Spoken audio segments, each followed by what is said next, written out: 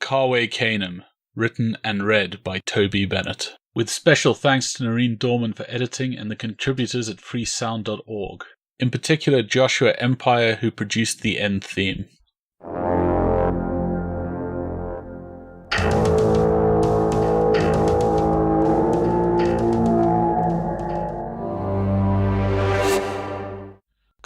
Canem, beware the dog. You need no better Latin than I have to understand this warning. True, once I was sleeker, younger, my teeth strong and my body lean. Now I am fat and feast on cracked bones and thick marrow. They feed me well because they think I am no longer needed. Yet here you stand, and I am here to answer. It was not just men who broke Carthage and humbled Vercingetorix. I can tell you all this with a glance. Only look into my eye, the one that still works.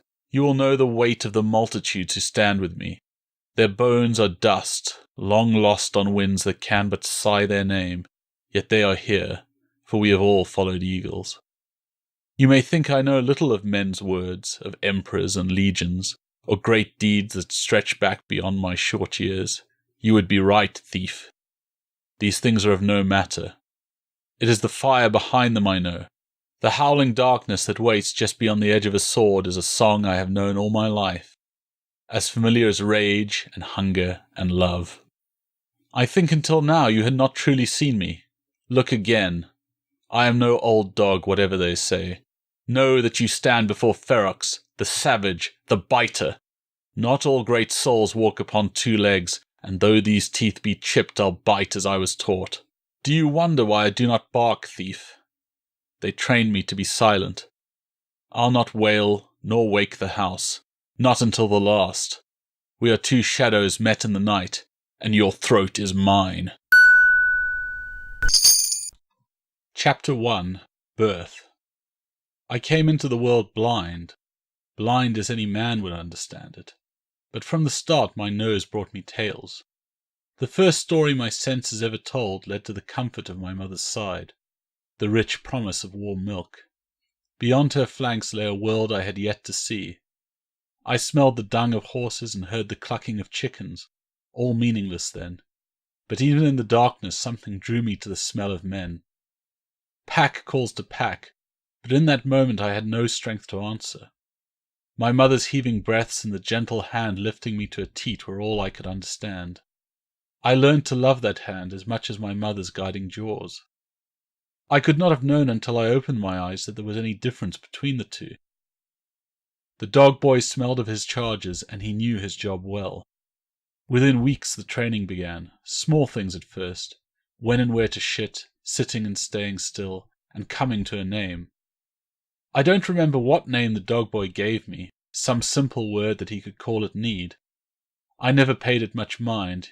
Even then I knew that I would not have to answer to so flimsy a sound for long. It was not my destiny to be some soft farm dog.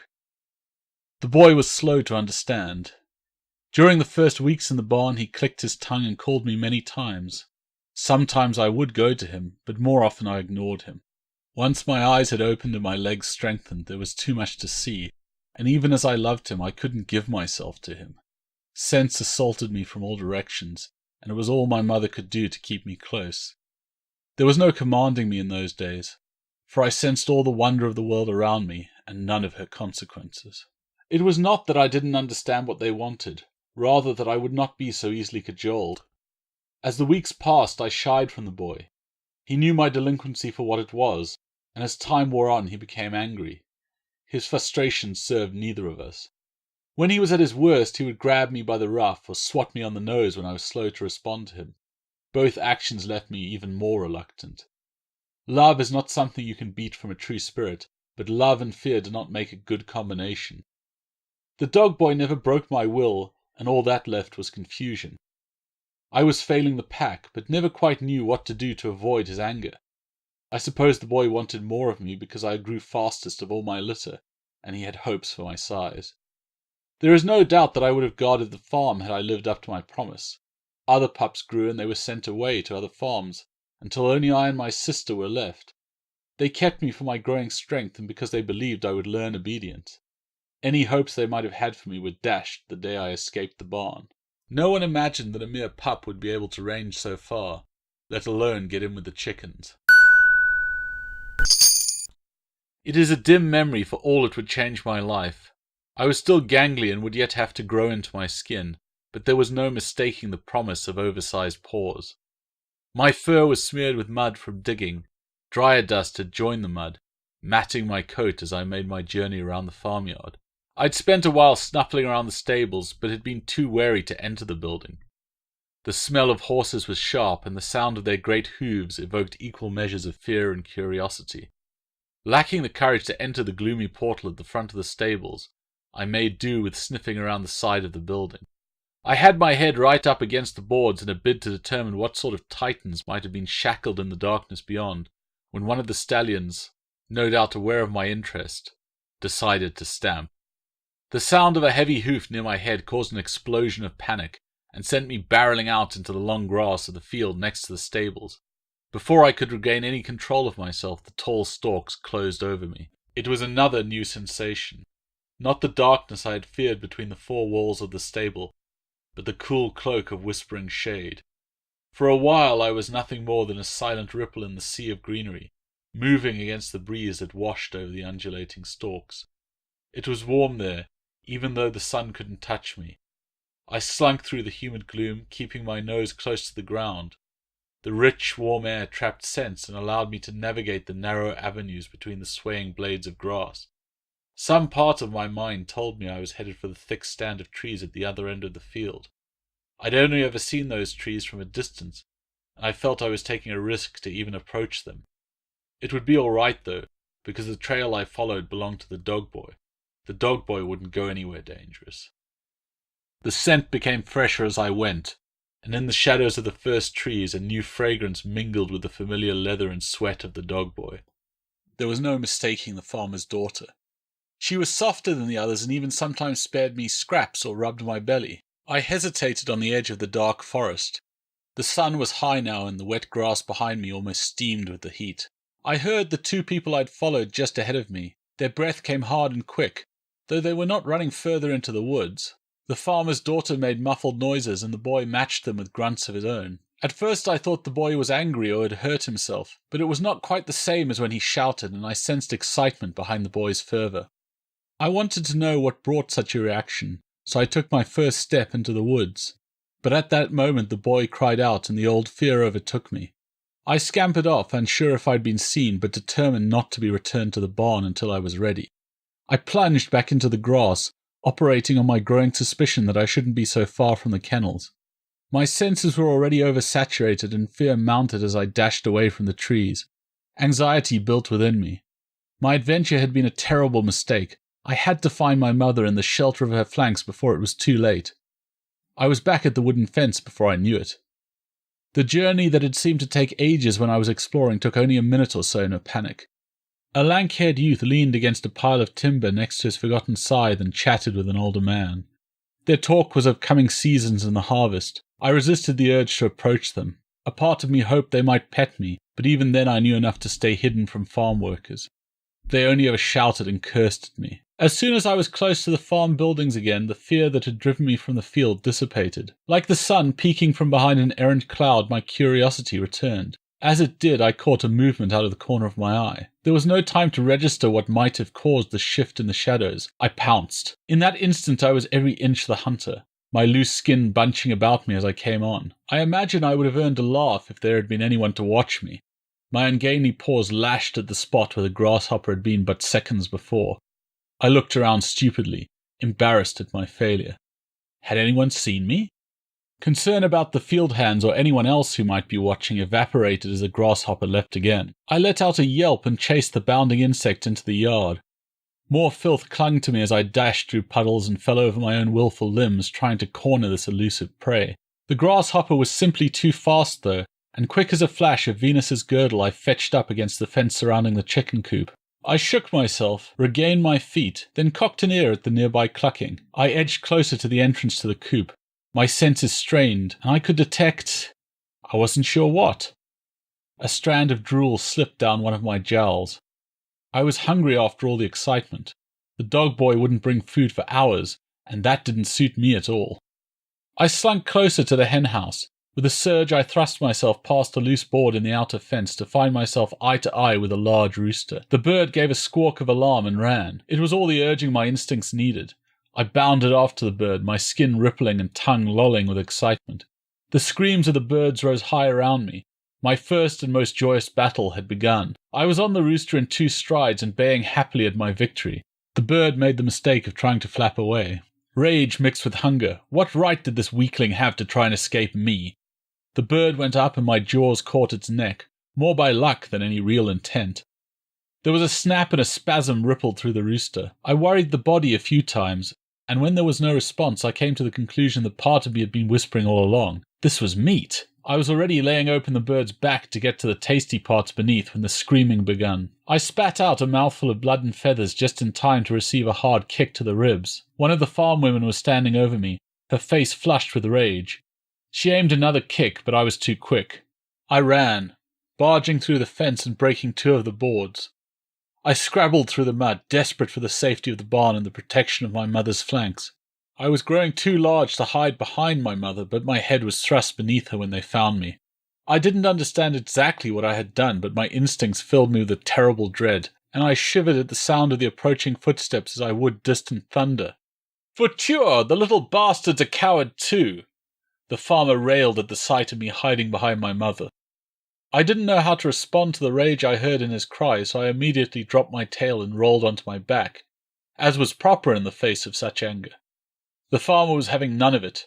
I squealed as his sandaled foot sent me rolling across the dusty floor. "Where in Pluto's arse is that boy?" The farmer bawled at the woman who had brought him here. "I don't know, sir." "Find him," the farmer growled. Moments later, the dog boy came running into the barn, his clothes dishevelled. "There you are, you lazy cunt! Where have you been while this piss-poor excuse for a hound terrorizes my chickens and kills my prize rooster?" I looked up and whined, not daring to move. I could smell the farmer's daughter on the dog boy. That usually made him happy, but not today. The dog boy's whip came down with more force than I had ever felt before, and I screamed. "What have you done?" the dog boy scolded. The whip cracked again, but before it could fall a 3rd time, the farmer cuffed the boy. "Stop fucking wasting your time. You can see the mutt isn't worth disciplining. If it's got a taste for eating birds now, I'll not be keeping it on my farm." The farmer turned to the woman. "You bring an axe. We'll do this quick." "An axe?" the dog boy asked. I could sense the boy's sudden fear and let out a low sob at his tone. "Please, no," the boy said. "You think I will feed this worthless lump?" The farmer aimed another kick but missed and slipped. Only the dog boy's quick reaction stopped him from falling over. "Fuck!" the farmer howled. "That thing is nothing but trouble. It never listens to a word you say, and now this. You kept promising me he'd grow well and that you could make him behave, and now I need to buy a new cockerel. It's cursed, I tell you. That dog has a foul spirit in it, or I don't know what." The farmer turned to the woman. "Axe, now! What are you waiting for?" The woman nodded and left. "Please, sir, it will be such a waste," the dog boy argued. "I won't have that thing on my land. It will bring bad luck." "Then why not sell it?" the boy asked quickly. "Oh, and what would my neighbours say when they realised I'd given them a bird killer? No doubt a sheep killer too when he gets big enough." The farmer shook himself free of the dog boy's support. "No, let's have done with it now. I'll swing the axe if you're too feeble." The dog boy looked down. I must have been a miserable sight, little more than a whimpering bundle of fur on the floor. My tail tapped the packed earth hopefully. I willed them to forgive me, prayed the boy would relent and let me play with him as he sometimes did. My tail bobbed once, twice. I looked up for any hint of approval. The boy swallowed. "I'm not too feeble, and if it must be done, then I'll do it myself. But think, sir, think of all the money we'll have wasted only to get ourselves a dead dog. If you won't sell it to your neighbours, let me take it to town and see what I can get for it." "Probably kinder to kill it now, boy. This one will be no matron's lapdog. He's a fighting dog or a guard dog, and today he proved he's a coward, and that nothing's safe in his charge." "What's kind got to do with it?" the boy asked. "Whatever coin they give me will be worth more than a dead dog." A smile broke over the farmer's face. "There's wisdom in that, lad. I'll leave it in your hands. You have my leave to take him to Ostia tomorrow." The smile prompted me to crawl forward, but that only earned me another kick. Make sure everyone knows he's a killer, the farmer said, looking down, his eye hard and lip curled in contempt. He'll be big one day, and someone might be fooled into thinking that means he might be worth something. I don't know how I managed to sleep that night, but I woke to the dog boy's call. I went to him as quickly as I could, ignoring the dull pain in my side where they had kicked me. I wagged my tail to show my good intent, and let him know that I was sorry. I dared to hope I had been forgiven, but the boy only growled and put a rope around my neck. It was a long walk into town. Whenever I slowed, the boy jerked me on. He did his best not to look at me, and I could tell he was almost as nervous as I felt. I didn't understand until the first plumes of smoke appeared. The breeze lapped over Ostia, drawing dank air from the timbers rotting on the banks of the Tiber. The port reeked. Even from miles off I could scent it. Shit and smoke mingled in narrow alleys. The smell of piss on cloth, stronger after a short spell of rain, hung in the air. As we got closer, the noises became even more overwhelming than the smells. Merchants bellowed promises, and blacksmiths and cobblers let their hammers do their shouting for them. I could feel the dog boy becoming more nervous. He was no more at home amid so many people than I. For all his boasting to his mate's father, I do not think he really knew what he was doing. If he had, he wouldn't have sold me to the first person who showed an interest. He'll be a big bugger for his age, I'll grant you. But come now, Appius, you can't pay the boy's price. I mean, ask yourself, would he be so keen to sell if he thought the mutt had value? He wouldn't cheat me, Serputius. Appius raised an eyebrow at the dog boy. Would you, boy? There's no reason to doubt that this one will make a fine guard dog, is there? The boy swallowed. Of course not, sir. And may I remind you it was you who stopped me? Appius chuckled. Only because I've been watching you mooning round the market for the last hour like a poleaxed calf. What did you suppose, boy? That the weavers and oyster sellers were going to empty their purses over you just because you brought a dog to town? The boy looked indignant, but Appius raised a hand and winked at his friend. You see, Serputius, these country boys don't even know when someone's trying to help them. No bleedin' gratitude, the smaller man agreed. Appius put a large hand on the boy's shoulder and gave a squeeze that caused the lad to wince. Don't take it all so personally, it's only business. I like the look of you or I wouldn't have stopped, but you should realize that I know more about towns and dogs than you will ever know. You know about dogs? The boy asked. Appius threw back his head and laughed. You hear that, Serputius? He wants to know if Appius Mamillus Seneca knows anything about dogs. He can't be that wet behind the ears, Serputius chuckled. My tail bobbed, but only slightly. I could see they were laughing, but sharper senses than the boy possessed told me that neither man felt any genuine joy. Yes, I know dogs, lad. Famous for it, in fact. Why do you think I was the one to stop you? Appius said. The boy bit his lip. If you'll meet my price, the hound is yours. Appius clapped the boy on the shoulder and grinned. I'm so pleased that we could come to terms. The big man reached into his tunic and brought out a pouch. He upended the contents and looked in obvious consternation at what he saw. My apologies. I didn't know that my purse had become so light. I couldn't ask you to sell such a fine animal for mere copper. Appius looked to his friend. Surely you can help me pay the boy. After all, it was at your urging that I spent so freely last night. You think I did any differently? Serputius replied. If you want to lumber yourself with a dog, then be my guest, but I'll not waste my coin. Nor, I wager, will anyone in Ostia today. Appius looked pained. I fear you're right, Serputius. Yet, I cannot help but be sad, for I have most of the coin required. A traveller could lose the difference finding food and lodging for the night. Appius glanced at the dog boy. I pray, take what I can offer, lad, for both your sake and the dog's. My price is not high, the boy answered, staring at the copper coins.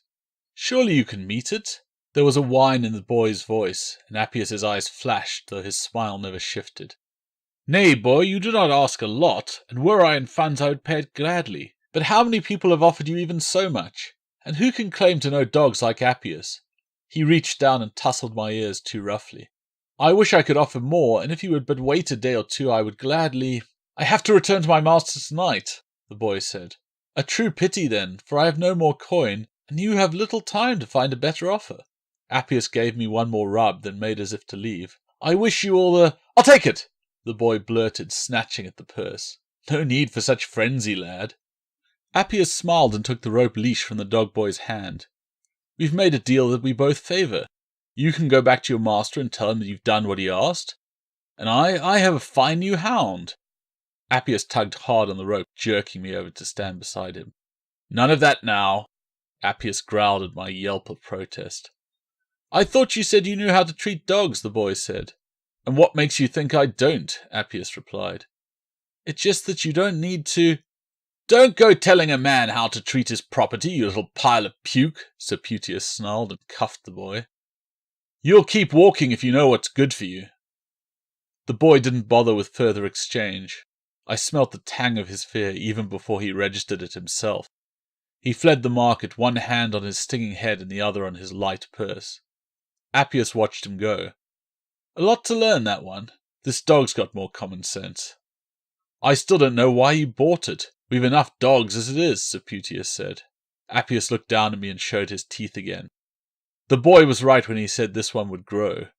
Appius slipped the leash around his thick wrist and gave me another jerk for good measure. I sensed no fear there, nor even anger, only the faint tang of blood. Appius looked straight through me, measuring his acquisition. As far as he was concerned, I was no different to him from the copper he was counting out into another cheap purse. Besides, at the price, if he disappoints me, then he'll do for cheap fodder, my new master said. I'll not attempt to tell you of the months that followed, for men's words cannot describe how they broke me. There are only shadows and half-memories to be had anyway. I shiver at night sometimes and revisit that place in lurid dreams. I remember the smells and howls from the rusted cages, eyes starting from the dark, lit in equal measure by desperation and rage. Appius Seneca owned the second biggest fighting pit in Ostia, and was renowned for the ferocity of his dogs. They only fed me properly until they thought I had achieved my growth. Then, almost overnight, I was one more of those wretched creatures, a thing that knew only need and pain. I was kept hungry like all the rest, but already the cage had grown too small. Pointed sticks and starvation, the weight of the sharp metal collars with which they adorned us to make fights more bloody. All these things I remember, yet not when I became part of such a terrible place. Once more I was a disappointment to my master.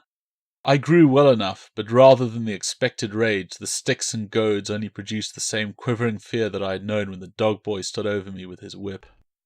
I was a coward then, too young and scared to know the right thing to do. They beat me when I growled and beat me if I did not. As I grew large enough to ignore all but the hardest blows, I just went silent, gave up on pleasing a master ever again.